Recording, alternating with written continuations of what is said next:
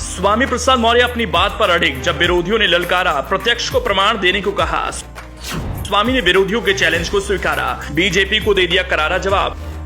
शंकराचार्य ने सबूत मांगा था, धामी योगी ने साक्ष्य मांगा था, सबके सामने पेश कर दिया दस्तावेज। स्वामी ने कहा जो जैसा है वैसा ही रहने दो, बात आगे बढ़ेगी तो दूर तलक जाएगी।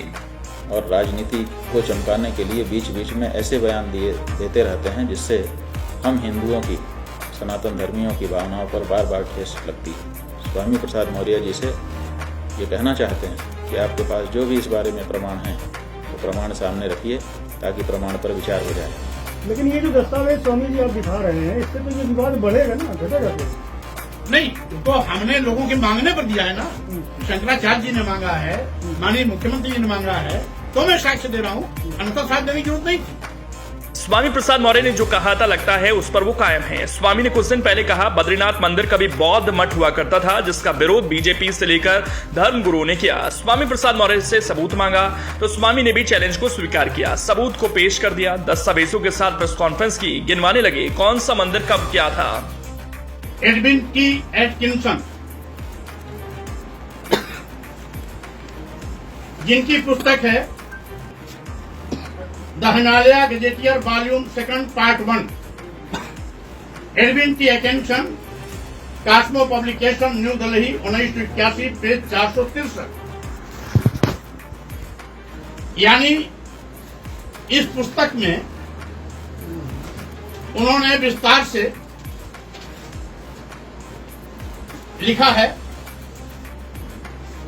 कि जैसे कि हमने देखा बौद्ध धर्म 7वीं शताब्दी के कुमायूं में काफी हद तक स्थापित हो गया था, लेकिन 7वीं शताब्दी के मध्य में ह्वेनसांग की यात्रा की तारीख और शंकराचार्य के फलते फूलते अवधि के बीच ऐसे परिवर्तन हुए कि उनके समय के बाद शायद ही कुमायूं हिमालय में एक भी बौद्ध मंदिर बचा हो। इस बिंदु पर स्थानीय परंपरा अलग है और यह इस प्रकार है कि यह शंकराचार्य द्वारा स्थापित संस्थाएं आज तक जीवित हैं तो बौद्ध धर्म या तो उसके समय से पहले या उसके प्रभाव के कारण समाप्त हो गया।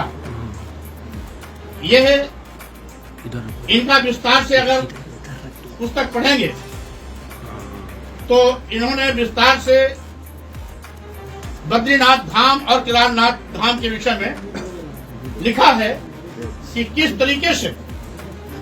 तरीके से बद्रीनाथ बौद्ध मठ और केदारनाथ बौद्ध मठ को बद्रीनाथ हिंदू तीर्थ स्थल और केदारनाथ तीर्थ स्थल बनाया गया है।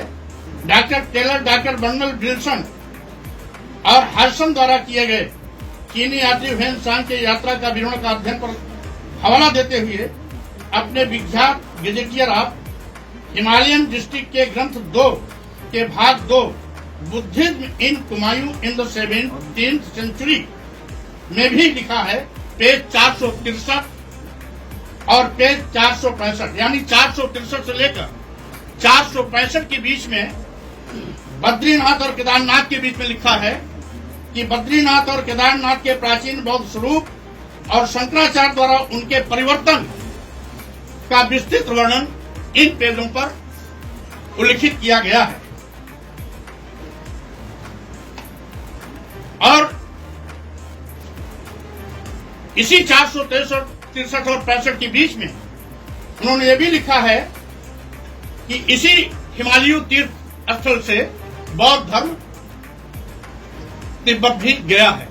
स्वामी अब भी अपने बयान पर कायम हैं। 8वीं सदी की शुरुआत तक बद्रीनाथ बौद्ध मठ था। इसके बाद आदि शंकराचार्य ने इसे परिवर्तित करवाकर बद्रीनाथ धाम बनवाया और हिंदू तीर्थ स्थल के रूप में स्थापित किया था। स्वामी प्रसाद मौर्य दावे के संबंध में प्रमाण भी दे रहे हैं। बद्रीनाथ समेत कई प्रतिष्ठित मंदिरों को लेकर बौद्ध मठ तोड़कर मंदिर बनाए जाने के संबंध में तमाम दस्तावेज पेश कर रहे हैं। बीजेपी को स्वामी प्रसाद मौर्य ने चेतावनी दी, हर मस्जिद में मंदिर खोजने की परंपरा बीजेपी को भारी पड़ेगी। ऐसा करेंगे तो लोग हर मंदिर में बौद्ध मठ खोजेंगे। मैं विवाद को बढ़ावा नहीं देना चाहता, लेकिन ये जो कागज इसीलिए 15 अगस्त 1947 के दिन 15 अगस्त 1947 के दिन जिन भी धार्मिक स्थलों की जो स्थिति रही है उसको हम सबको सामूहिक रूप से यथावत स्वीकार करना चाहिए, जिससे कि इस प्रकार के भाईचारा अमन चैन में नित्य प्रति साजिश के तहत दखल देने वालों के साजिश का एक जवाब मिल सके। लेकिन ये जो दस्तावेज स्वामी जी आप दिखा रहे हैं, इससे तो ये विवाद बढ़ेगा ना, घटेगा क्यों? नहीं, तो हमने लोगों के मांगने पर दिया है ना।